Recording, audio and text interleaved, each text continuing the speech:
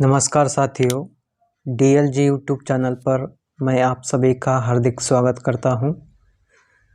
आज हम आदिम गुफा चित्र के संदर्भ में जानकारी देखने वाले हैं।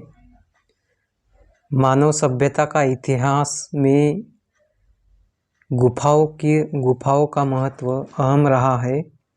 कला व सांस्कृतिक विकास के अनेक महत्वपूर्ण हमें साक्ष्य मिलते हैं, जो कि पहाड़ी गुफाओं से जुड़े हुए हैं।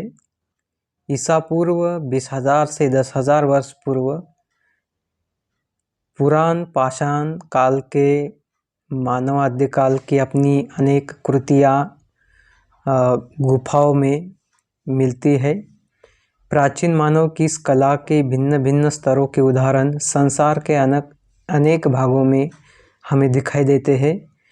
आदिम काल की बात करें तो आदिकाल से ही मानव ने प्रकृति के सामान्य रूप से अपना संबंध बनाया। उसकी प्रवृत्ति सौंदर्य वृद्धि तथा सौंदर्य दृष्टि की ओर नैसर्गिक रूप से रही है।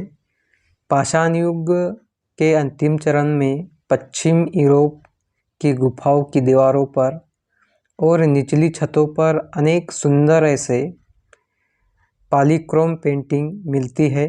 स्पेन की अल्टामिरा की गुफाएं उत्कीर्ण वायसन का चित्र इस प्रकार की कला का एक उत्कृष्ट उदाहरण हम देख सकते हैं।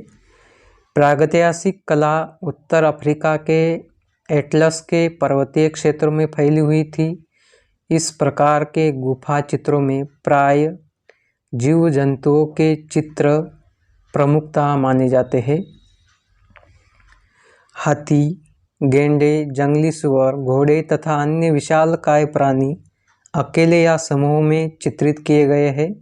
इनमें से अनेक चित्रों की विशेषता यह पाई गई है कि उसमें स्थिर प्राणियों को चित्रित करने के साथ ही अनेक चित्रों में उनकी गति भी दिखलाने की कोशिश की गई है। आकृति की खुदाई के बाद विभिन्न वर्गों से चित्रों को पूर्णतः देखने का प्रयत्न भी उसमें किया गया है। दौड़ते हुए घोड़े, युद्ध दृश्य, शिकार आदि के चित्रों के माध्यम से हमें पूर्वज मानव की कला शैली का पता लगता है। इसके आधार पर प्राकृतिक परिवेश में उस दौर के जीवन की झलक के साथ उस समय के अस्त्र शस्त्रों के बारे में भी पता चलता है। तो दोस्तों, इस प्रकार से हम आदिम गुफा चित्र इस वीडियो को 2 भागों में देखने वाले हैं, जो कि पहला भाग यहाँ पर ही समाप्त होता है। अगले भाग में हम आदिम गुफा चित्र का जो भारतीय परिप्रेक्ष्य रहा है उसके संदर्भ में बातचीत करने वाले हैं। तो आपको अगर ये जानकारी अच्छी लगी तो चैनल को लाइक करें, शेयर करें और सब्सक्राइब करें, ताकि आने वाली ऐसे ही नई नई जानकारियाँ आपको मिल सके। धन्यवाद।